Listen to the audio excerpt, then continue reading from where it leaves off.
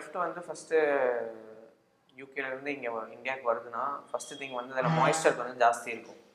So moisture இருக்கிறதுனால கொஞ்சம் அதை ட்ரை ஆகிறதுக்கு டைம் கொடுக்கணும். அது டைம் கொடுத்ததுக்கப்புறம் கிளெஃப்டில் வந்து எது அப்பர் பார்ட்டு எது லோவர் பார்ட்டுன்றத வந்து டிசைட் பண்ணணும் நம்ம பார்த்து தான். ஓகேங்களா? ஸோ எது வந்து ஹேண்டில் வர சைடு எது வந்து கீழே ஃபேஸ் வர சைடுன்றத பார்க்கணும். அதுக்கப்புறம் ஹேண்டில் கட் பண்ணணும். அதுக்கப்புறம் ப்ரெஸ்ஸிங் ஒர்க் இருக்குது, அப்புறம் ஷேப்பிங்கு, பஃபிங், பாலிஷ், இது எல்லாமே இருக்குது. ஒரு பேட்ச் செய்கிறது இப்போ ஒரு பேட்டுன்னு இல்லை, ஒரு 10 பேட்ச்னாலும் இப்போது ஃபஸ்ட்டு டே வந்து எல்லா பேட்டையும் வந்து செலக்ட் பண்ணி எது வந்து ஹேண்டில் பார்ட்டு எது வந்து ஃபேஸ் சைடுன்றதை டிசைட் பண்ணிவிட்டு ஹேண்டில் கட் பண்ணி ஹேண்டில் ஃபிக்ஸ் பண்ணிடணும். இப்போ ஒரு 10 பேட்ச்னால் 10 பேட்ச்சும் ஃபிக்ஸ் பண்ணிடுறோம். நெக்ஸ்ட் டே எடுத்து 10 பேட்ச்சும் ப்ரெஸ்ஸிங் பண்ணுறோம். அந்த ஷேப்பிங் ப்ராசஸ் இது எல்லாமே பண்ணி பேட்டை ஷேப்பாக பண்ணி முடிச்சிடுவோம். நெக்ஸ்ட் டே வந்து அதை வந்து பஃபிங் பண்ணுறது, பாலிஷ் பண்ணுறது, இது எல்லாமே பண்ணி அந்த ஒர்க் முடிச்சிடும். ஸோ ஒரு ப்ராசஸ் வந்து 3 days ப்ராசஸ். ஏன்னா ஒரு பேட்டை நாங்கள் பண்ண மாட்டோம், மேனுஃபேக்சரிங் யூனிட்ன்றதுனால பண்ணால் ஒரு 20 பேட்ச் 25 பேட்ச்ன்னு தான். இப்போ ஒரு பேட்டை வந்து மேனுஃபேக்சரிங் பண்ணும்போது 2 விஷயம் இருக்குது. ஒன்று வந்து இங்கே நிறைய பேர் வர்றதுக்கு காரணம் வந்து கஸ்டமைஸ் பண்ணி தரோன்றதுனால. ஸோ அவங்க ஆல்ரெடி யூஸ் பண்ணிட்டு இருக்க ஒரு ஓல்டு பேட் எடுத்துகிட்டு வந்து இந்த பேட் வந்து எனக்கு கைக்கு நல்லா செட்டாக இருக்குது, இந்த பேலன்ஸு, வெயிட்டு, பஞ்சு, இது எல்லாமே நல்லா இருக்குது, ஸோ இதே மாதிரி எனக்கு ஒரு பேட் செஞ்சு கொடுங்க அப்படின்னு சொல்லுவாங்க. ஸோ அவங்களுக்கு வந்து அவங்க என்ன கேட்குறாங்களோ அதே மாதிரி கஸ்டமைஸ் பண்ணி கொடுத்துருவோம். இது ஒன்று. இன்னொன்று வந்து இப்போ ஸ்டாண்டர்டாக எந்த ப்ரொஃபைல் நம்ம மேனுஃபேக்சரிங் பண்ணால் அந்த ப்ரொஃபைலில் டேமேஜ் கம்மியாக இருக்கும். இப்போ எல்லோரும் வந்து பாட்டம் ரொம்ப சின்னதாக வச்சு மேனுஃபேக்சரிங் பண்ணுறாங்க. ஸோ அதிக பால்ஸ் வந்து பாட்டமில் படுறதுனால பாட்டம் டேமேஜ் இருக்கும். ஸோ எந்த ப்ரொஃபைலில் வந்து டேமேஜ் வந்து ரொம்ப கம்மியாக இருக்குது அப்படின்னு நான் ஃபீல் பண்ணுறனோ அந்த ப்ரொஃபைல் தான் நாங்கள் மேனுஃபேக்சரிங் பண்ணுறோம். ஓகேங்களா? ஸோ வந்து எல்லாமே ஷோல்டர்லேருந்து பாட்டம் வரைக்கும் திக்னஸ் ஜாஸ்தி வச்சு ப்ரெஸ்ஸிங் வந்து ஷேப்பிங் பண்ணுறதுக்கு முன்னாடி ஒரு ப்ரெஸ் பண்ணி ஷேப்பிங்க்கு அப்புறம் இன்னொரு ப்ரெஸ் பண்ணி டபுள் ப்ரெஸ் பண்ணி தான் மேனுஃபேக்சரிங் பண்ணுறோம். ஸோ பஞ்சு, வெயிட், பேலன்ஸ் எல்லாமே நல்லாயிருக்கும். இன்னொரு மெயின் முக்கியமான விஷயம் என்னென்னா, பேட் செலக்ட் பண்ணும்போது நீங்கள் பேட்டாக எடுத்தாலும் சரி கஸ்டமைஸ் பண்ணாலும் சரி ஒரு வெயிட் மிஷினில் போட்டு அதில் வர நம்பர்ஸை வச்சு பேட் வெயிட்டு கால்குலேட் பண்ணக்கூடாது. எந்த பிளேயர்னு நேம் சொல்லலை, ஒரு ரஞ்சி ட்ராஃபி ஆடுறாரு, ஐபிஎல் ஆடுறாங்கன்னா அந்த பிளேயர்ஸோட பேட்டில் வந்து 1250 கிராம்ஸ் 1280 கிராம்ஸ்லாம் இருக்குது. பட் ஆனால் கையில் பிடிச்சி பார்க்கும்போது வெல் பேலன்ஸ்டாக இருக்கும் அந்த பேட்டு. ஸோ ஒரு பேட்டில் முக்கியம் வந்து பேலன்ஸ் தானே தவிர வெயிட் மிஷினில் போட்டு பார்க்கும்போது அந்த நம்பர்ஸாக வெயிட் வர்றது வந்து முக்கியம் கிடையாது. ஸோ நிறைய பேர் என்ன பண்ணிடுறாங்க, 1150 1160 எனக்கு பேட் வேணும் அப்படின்றாங்க. 1160 இருக்க பேட் கூட இங்கே என்கிட்ட வந்து வெயிட் ரிடக்ஷனுக்கு எடுத்துகிட்டு வராங்க. எஸ்எஸ் பேட்டோ, எஸ்ஜி பேட்டோ, எனி பிராண்ட் பேட்டு 1160 தான் இருக்குது. பட் ஆனால் எனக்கு வெயிட்டாக இருக்குது சார், இதை கொஞ்சம் வெயிட் கம்மி பண்ணி தாங்கன்னு சொல்லி வெயிட் ரிடக்ஷனுக்கு எடுத்துகிட்டு வராங்க. அது எதனாலனா அந்த பேட் வந்து பேலன்ஸ் சரியில்லாதனால தான் அது வெயிட்டாக தெரியுது. ஸோ நம்பராக பார்க்குறது வந்து தப்பு. கரெக்டான பேலன்ஸில் இருக்குன்னா அந்த வெயிட் போட்டு பார்க்கணுன்றதே அவசியம் இல்லை. நம்மளுக்கு கையில் பிடிக்கும் போது இந்த பேட்டை வச்சு எல்லா ஷாட்ஸும் ஆட முடியும் அப்படின்றது கிளியராக இருந்துட்டாலே போதும். இப்போ ஒரு பேட் வந்து ஃபஸ்ட்டு கிரிப்லேருந்து ஸ்டார்ட் பண்ணுறேன். இப்போ கிரிப் வந்து நம்மளோட கம்ஃபர்ட்க்கு ஏற்ற மாதிரி தான். நம்மளோட கை வந்து பிடிக்கிறதுக்கு வந்து கொஞ்சம் நல்லா பெருசாக இருக்கணும் அப்படின்னு ஃபீல் பண்ணுறவங்க டபுள் கிரிப் போடுவாங்க. சிலர் வந்து சிங்கிள் கிரிப் யூஸ் பண்ணுவாங்க. 3 கிரிப் போடுறவங்களும் இருக்காங்க. சரிங்களா? ஸோ இது ஒன்று. ரெண்டாவது வந்து ஃபைபர் டேப் எதுக்கு ஒட்டுறாங்கன்னா, பால் வந்து பேட்டில் படும்போது அந்த இம்பேக்ட் வந்து கம்மியாக இருக்கும். ஃபைபர் டேப் இல்லாமல் விளையாண்டாங்கன்னா பேட்டோட மற்ற பார்ட்ஸ் உடையிறது டிஃப்ரெண்ட்டு, அந்த மிடில் பார்ட் தான் ரொம்ப இம்பார்ட்டன்ட். ஸோ அது என்ன ஆகிடும்னா பட்டு பட்டு பட்டு பட்டு ஒரு டைமுக்கு மேலே அது வந்து சிப்பாக ஓப்பன் ஆகி வெளியில் விழுந்துடும், மிஸ் ஆகிடும். ஸோ அதுக்கப்புறம் அந்த இடத்த வந்து நம்ம ரிப்பேர் பண்ணவே முடியாது. ஒரு பீஸ் உடையுதுன்னா அந்த பீஸ் இருந்தால் தான் ரிப்பேர் பண்ண முடியும். ஸோ மிடில் அப்படி ஆகிறதுனால அந்த பீஸ் எங்கேயா தொலைஞ்சிருச்சுனாலும் நம்மளால் ரிப்பேர். ஸோ ஃபைபர் டேப் வந்து ஒரு பேட்டுக்கு ரொம்ப ரொம்ப மஸ்ட்டு. டோ கார்டுன்றது எதுக்கு போடுறாங்கன்னா, இப்போது இந்த மாதிரி வின்டர் டைமில் வந்து இப்போ ஃபுல்லாக டியூ இருக்கும். ஸோ பேட் வந்து கீழே வைக்கும் போது கீழே ஃபுல்லாக ஈரம் ஆகிடும்.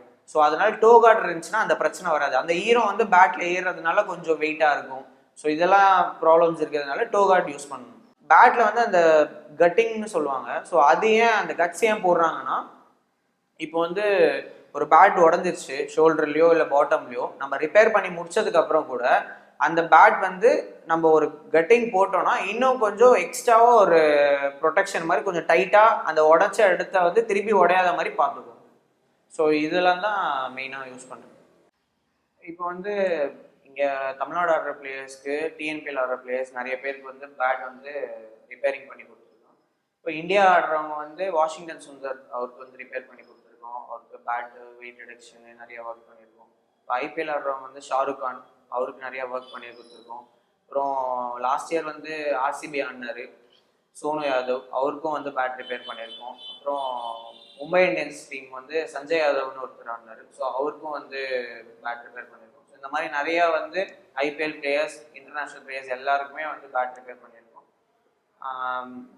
பேட் வந்து இப்போ நம்ம மேனுஃபேக்சரிங் பண்ணுற பேட் கூட வந்து சில பேட்ஸ் அவங்களுக்கு பிடிச்சிருக்கு அப்படின்னா அதை கூட அவங்க பர்ச்சேஸ் பண்ணுவாங்க. ஒரு 20% 30% தமிழ்நாடு பிளேயர்ஸ்க்கு பண்ணிட்டு இருந்தேன். இப்போ வந்து ஒரு 80-90% ஆல்மோஸ்ட் எந்த பேட்ச் உடஞ்சாலும் நான் வந்து ரிப்ளேஸ் பண்ணுறேன். ஃபர்ஸ்ட் டிவிஷன் லீக் கிரிக்கெட் ஆடுறவங்க, ஃபர்ஸ்ட் டிவிஷன்லேருந்து 6th டிவிஷன் ஆடுறவங்க வரைக்கும் எல்லாருக்குமே பேட் ரிப்பேர்ஸு, பேட் வந்து சேல்ஸ் பண்ணுறோம், கஸ்டமைஸ் பண்ணி கொடுக்குறோம். அது இல்லாமல் ஊர்ல இருந்து ஆல் ஓவர் இந்தியாவில இருந்தும் பேட் ரிப்பேர் வரும். எல்லா ஊர்ல இருந்தும், நம்ம தமிழ்நாட்டுக்குள்ள இருந்து மட்டும் இல்லாமல் ஆல் ஓவர் த இந்தியாவில இருந்து பேட் ரிப்பேர் வரும். பேட் கஸ்டமைஸ் பண்றதுமே எல்லா ஊர்ல இருந்தும் கேட்பாங்க. திருப்பதி, சேலம், திண்டுக்கல் எல்லா ஊர்ல இருந்துமே பேட் வந்து கஸ்டமைஸ் பண்ணி கேட்பாங்க. ஈவன் அதர் கண்ட்ரீஸ்ல இருந்தும் கேட்பாங்க. ரெகுலரா வந்து US, UK, Australia, Netherlands, Canada இது எல்லா ஊருக்குமே வந்து ரெகுலரா இப்ப நம்ம ஊர்ல இருந்து அங்க போய் செட்டில் இருக்கவங்க வந்து சரி நம்ம ஊர்ல ஒரு பையன் வந்து மேனுஃபேக்சரிங் பண்றான், அவங்க கிட்ட ஒரு பேட் பர்ச்சேஸ் பண்ணலாம் எப்படி இருக்கு, ஏன்னா அங்க பேட்டோட காஸ்ட் வந்து ரொம்ப அதிகம், அதனால நம்ம கிட்ட இருந்து பர்ச்சேஸ் பண்றாங்க.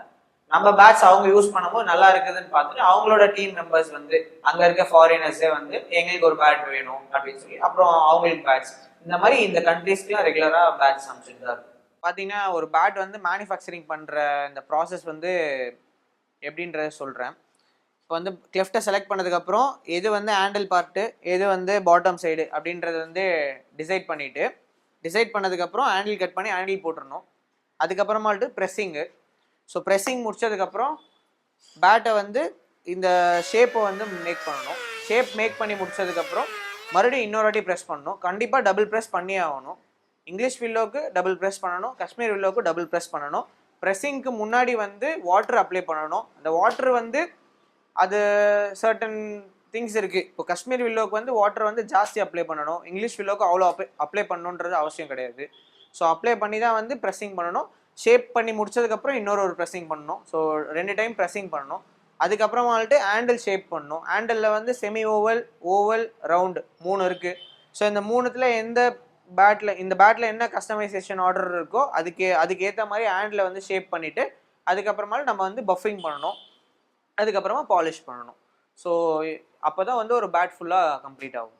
பேட் வந்து எப்படி செலக்ட் பண்ணணும்னா, ஃபஸ்ட்டு ஒரு ஸ்போர்ட்ஸ் ஷாப்போ இல்லை நம்மக்கிட்ட இங்கே ஒரு மேனுஃபேக்சரிங் யூனிட்டுக்கோ நீங்கள் வரதுக்கு முன்னாடியே பேட் வந்து என்ன ப்ரொஃபைலில் உங்களுக்கு வேணுன்றதை வந்து கரெக்டாக டிசைட் பண்ணிட்டு வந்துடுங்க.